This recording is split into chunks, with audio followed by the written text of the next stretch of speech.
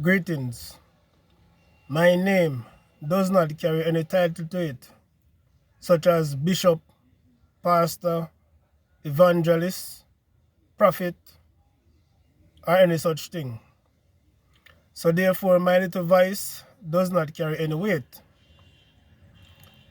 You see, we are so biased to the point where if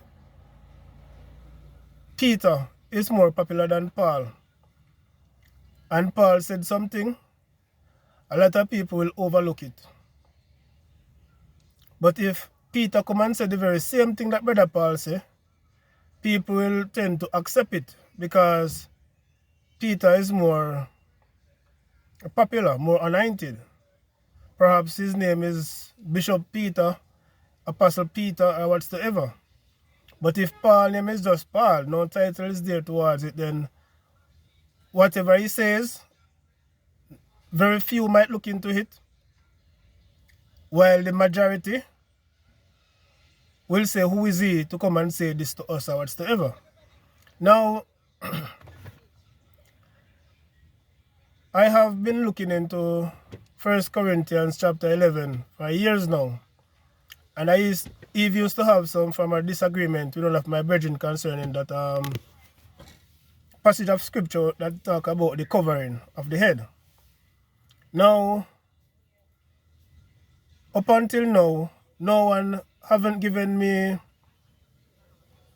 a proper explanation about why women are in some church, by the way, that the sisters them does not cover their hair. And let me show you how hypocritical we are. If a brother going to the church with hat on him head, then I go tell him to take it off because it is dishonor. Yet still, a sister can go into the church without a hat on her head. You see the biasness right there? A woman can go into church without her head covered. But if a man goes into the church with a hat on his head, then I'll tell him to take it off. Because he's dishonoring whatsoever, blah, blah, blah. Now, I see where some churches practice whenever they're having fasting. The sisters will cover their head whenever they have fasting. With hat or kerchief or whatever, them wrap them head or they put on a hat or something when they have fasting.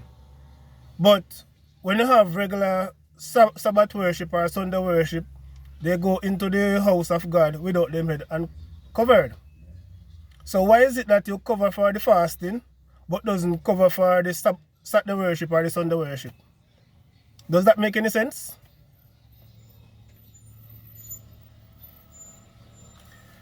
You see, I know that, like I said before, you know, my little words and my little voice don't carry no weight.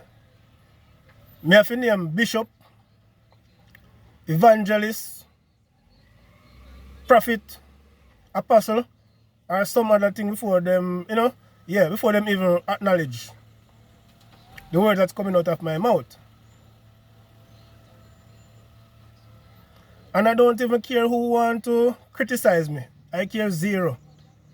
From the day me born until today, me already know my place in life. You know? And I mean say broad back and thick skin. Put it that way. So me not really afraid of what people have to say. I care zero. But the truth is just the truth.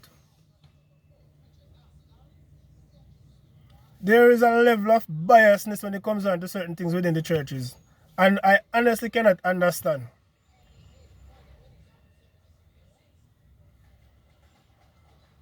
And I'm not going to force anyone to accept my belief, but there is a wrong and right towards everything. And me personally, I do not believe that women should cut them hair. Me can't go a barber shop and my wife, who I not have yet, sit down next to me in a barber chair cut her hair as well. That will never happen. That will never happen. The only way me support a woman with short hair, unless you have some medical problem where she have to cut it, that is understandable. Or, you know, say some women definitely have short hair. I don't have a problem with that. But when I cut the hair thing, I not join the cutting policy there. I do not support it, not one bit. Furthermore, I like to see woman with long hair, by the way. I find that very attractive. I mean, when them have on them a wig and them a blah blah blah, I mean, not really not the false thing. Natural. You understand? But back to the whole First Corinthians now, is that I can't understand. The Bible said that a woman's head must cover it, and the Bible also says that the hair is a part of the covering, not the full covering. And it also says that if a man a pray to God with him head covered, him dishonor himself or something like that,